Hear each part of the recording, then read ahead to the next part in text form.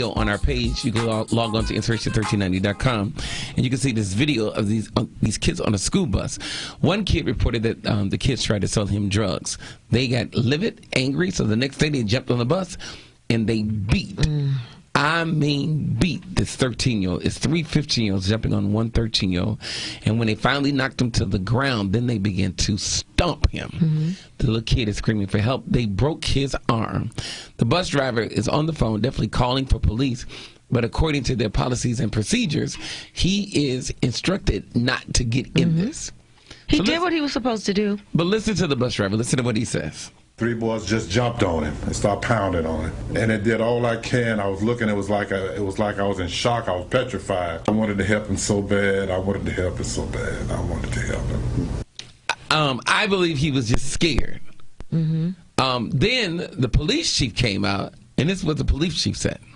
There was clearly an opportunity for him to intervene and or check on the welfare of the children in this case, or the child in this case, and he didn't make any effort to do so. All right, he is 64 years old. And our question to you is, if you saw 3 15-year-olds jumping on a 13-year-old, would you get in that fight? That man was scared.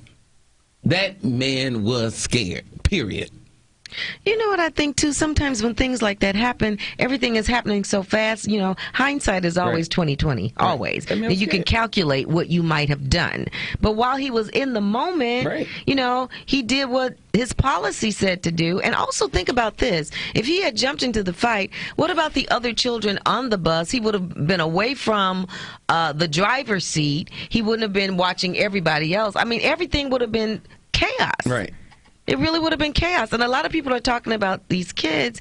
You don't know what those other teenagers would have. Fight you. They have Let no me tell you something. They have no respect. Exactly. All right, 312-591-3870. It's a lot to consider. What would you do?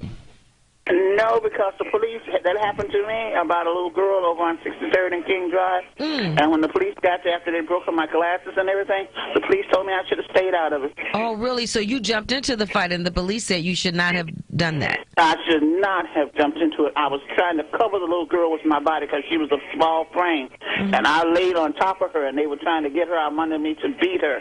And so when they broke my glasses and all the other things that they did, the police told me that I should not have jumped in it. Okay. Thank All right, you so much for sharing. Would you have jumped into the fight?